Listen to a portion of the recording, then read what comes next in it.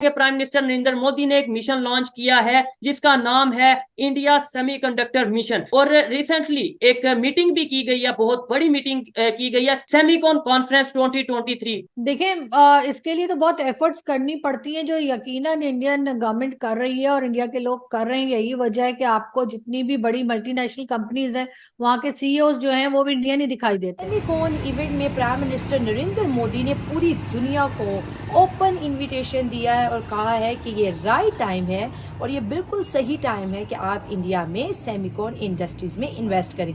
उन्होंने डिविडेंड की भी बात की। उन्होंने कहा कि जो सेमीकॉन इंडस्ट्रीज इंडिया में लगाएगा उसका जो डिविडेंड है वो भी बढ़ेगा, मतलब प्रॉफिट मार्जिन बढ़ेगा। हाल ही में अगर देखा जाए तो अमेरिका की माइक्रॉन टेक्नोलॉजी ने $825 मिलियन की इन्वेस्टमेंट सेमीकंडक्टर इंडस्ट्रीज में वो करेगा इंडिया में। जापान भी मौजूद है जो कि इन्वेस्ट करने वाला है। इसके साथ साथ पूरी दुनिया के वो तमाम मैन्युफैक्चरर जो कि सेमीकंडक्टर इंडस्ट्रीज जिनकी हैं या फिर इन्वेस्ट करते हैं, सब वहां पर मौजूद है। लोग हिंदुस्तान की बहुत ज्यादा एग्जांपल्स देते हैं। लोग ये कहते हैं कि भाई मेरे मुल्क में डॉलर 300 रुपए का है, वहां पे 88 या 87 या 89 रुपीस का है। तो 82 ये अच्छा 82, 82 का। ओके 82 का, ठीक। अब मुझे ये बताएं, क्वेश्चन तो वो करते हैं, वो ये देखते हैं कि यार मेरे यहाँ एक छोटी सी गाड़ी 2.8 मिलियन या 3 मिलियन की मिल रही है और उससे अच्छी क्वालिटी की गाड़ी हिंदुस्तान में 7 लाख या 6 लाख में शायद कोई फिर भी नहीं खरीदता, कहता है यार मुझे ये वाली नहीं चाहिए। मतलब इतने चॉइसेस हैं।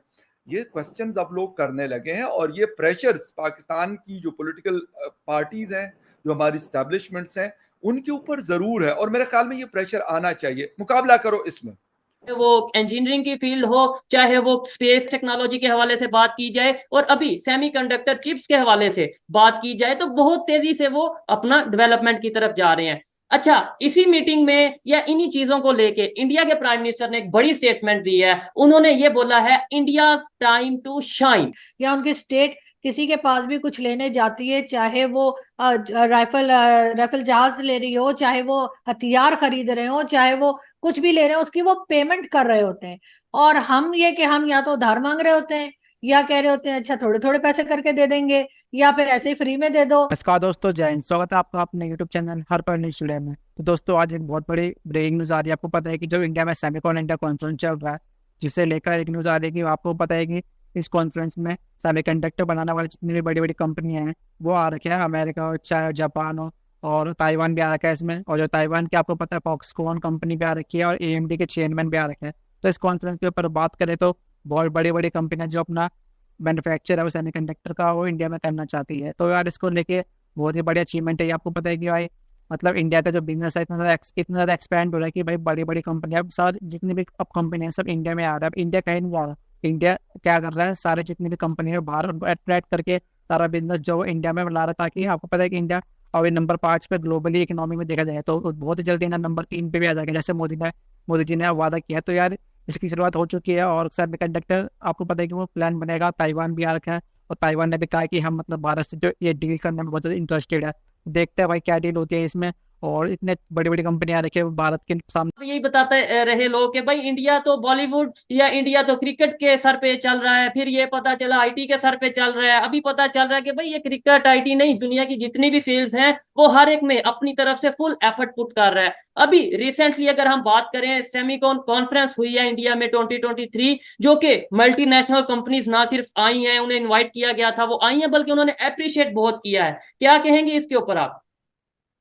देखिए, बिल्कुल आप सही कह रहे हैं। पहले शायद इतनी नॉलेज नहीं थी लोगों को कि भारत में क्या हो रहा है। वैसे बहुत से लोगों को ये भी होता है कि हम आखिर भारत की बात क्यों करते हैं, हम बाकी दुनिया की बात ज्यादा क्यों नहीं करते। तो उसका एक मेन रीजन ये भी है कि जाहिर है कि भारत हमारा बिल्कुल पड़ोसी मुल्क है, और जितना अंडरस्टैंड हम उन्हें करते हैं या वो हमें करते हैं, शायद हम किसी और कंट्री के लोगों को या उनकी चीजों को इतना अंडरस्टैंड नहीं कर पाते। और जाहिर है कि जिस तरीके से भारत में आगे बढ़ा जा रहा है, तो वो हमें भी सीखना चाहिए। और बिल्कुल आपने ठीक कहा कि इनका मेड इन इंडिया भी एक चला था, एक मुहिम चली थी कि जी मेड इन इंडिया जो है वो होना चाहिए। और उसके साथ साथ पहले बिल्कुल यही समझा जाता था कि शायद बॉलीवुड से या फिर थोड़ा बहुत लोग वैसे टूरिज्म को भी कहते थे कि भारत अपने टूरिज्म से भी बहुत कमाता है। और ये भी फैक्ट है, क्योंकि उनके आप देख सकते हैं के सारी दुनिया के लोग जाते हैं और वहां पे कोई इस किस्म का सिक्योरिटी का या कोई और इशू नहीं होता। बिल्कुल ऐसा है, लेकिन जाहिर है कि अब एक एक करके भारत आगे दूसरी फील्ड में भी जा रहा है। और जैसे आपने जिक्र किया कि कॉन्फ्रेंस भी हुई है और लोग इन्वेस्टमेंट भी ला रहे हैं, तो सर इन्वेस्टमेंट वहीं लाई जाती है जहां पर ये लगे कि पैसा भी सिक्योर रहेगा और बिजनेस भी हिफाजत से रहेगा। पाकिस्तान को भी मेरे ख्याल है इस तरह की चीजों को सीखने की जरूरत है। ऐसा नहीं कि हमारे पास स्टूडेंट्स नहीं है या हमारे पास ऐसे लोग हैं ही नहीं जो इस फील्ड में काम कर रहे होंगे, बिल्कुल, लेकिन हो सकता है हमने उनको हाईलाइट ना किया हो सकता है हमने उनको ऊपर कोई ऐसा काम ना किया हो जो गवर्नमेंट लेवल पे भी होना चाहिए, कि जो लोगों के पास पैसे कम है उनकी मदद की जाए और इस चीज में उनको आगे लाया जाए।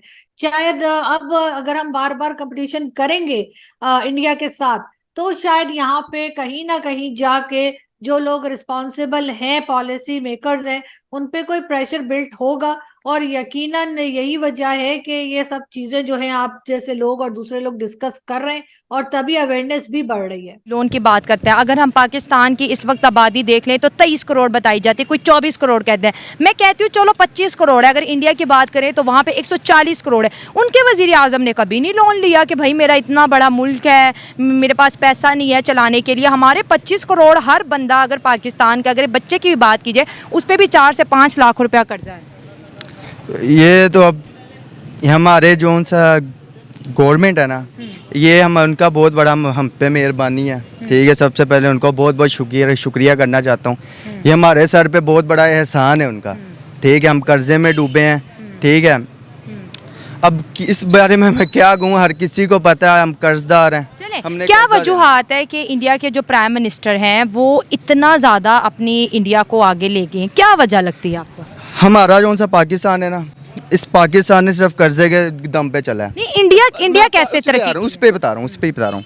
अब हमारा जो सा पाकिस्तान है ना, इसने जो सा लिया है, जो सा तरक्की जितनी की है, जो अब तक की है, वो किया कर्जे पे।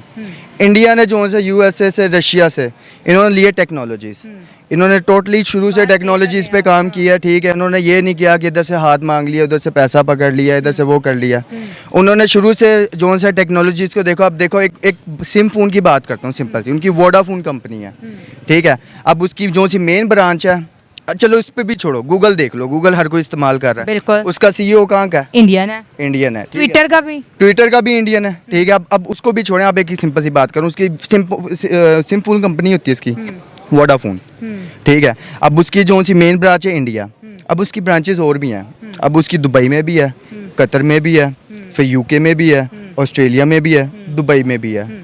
पाकिस्तान की एक सबसे अच्छी सिम्फोन कंपनी आप बता सकती हैं? जायज़ है, एक बात कर लेता हूँ, आप इसकी ब्रांचेस बता दें कहाँ कहाँ पे? कोई नहीं है, मुल्क से बाहर बढ़ा ही नहीं बिजनेस।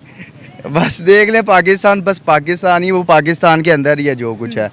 अगर 2 ट्रिलियन या 3 ट्रिलियन की इकोनॉमी जो है उसका 200 या 300 अरब डॉलर की इकोनॉमी से मुकाबला नहीं है, क्योंकि 10 गुना फर्क है, उसका कौन सा मुकाबला होना है। लेकिन ये क्वेश्चन जरूर बनता है कि सर हमने अपनी डायरेक्शंस क्यों नहीं पकड़ी?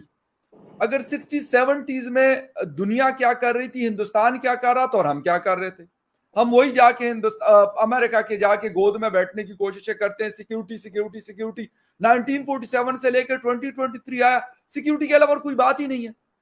मतलब वाहिद दुनिया का मुल्क है इन 205 या 208 कंट्रीज में कि बस जिसको सिक्योरिटी के बड़े मसाइल हैं। क्या 58 जो इस्लामिक कंट्रीज है उसमें वाहिद मुल्क होगा जिसको सिक्योरिटीज के इतने बड़े प्रॉब्लम्स हैं? सऊदी अरेबिया इजराइल के साथ लगता है, इराक के साथ अभी 92 की जंग हो गई, उसके बाद मसले मसाइल हुए, उनको शायद इतना मसला नहीं है। यूएई को शायद इतना मसला नहीं है, बाकी किसी और कंट्री को इतना, सेंट्रल एशियंस को नहीं है। रशिया के साथ साथ वो कंट्रीज हैं, बाकी अर्मीनिया शर्मीनिया के साथ छोटी मोटी चीजें होती है, लेकिन बड़ा कोई मसला नहीं हुआ उनका। हम 4 जंगें खेल चुके हैं, 5वीं छठी के लिए फिर कहते हैं अच्छा यार हम तो बस बड़े बड़े महान किस्म के लोग हैं, हम तो बड़े जिसे कहते हैं तबाकुन किस्म की चीजें कर सकते हैं। क्या कर लिया?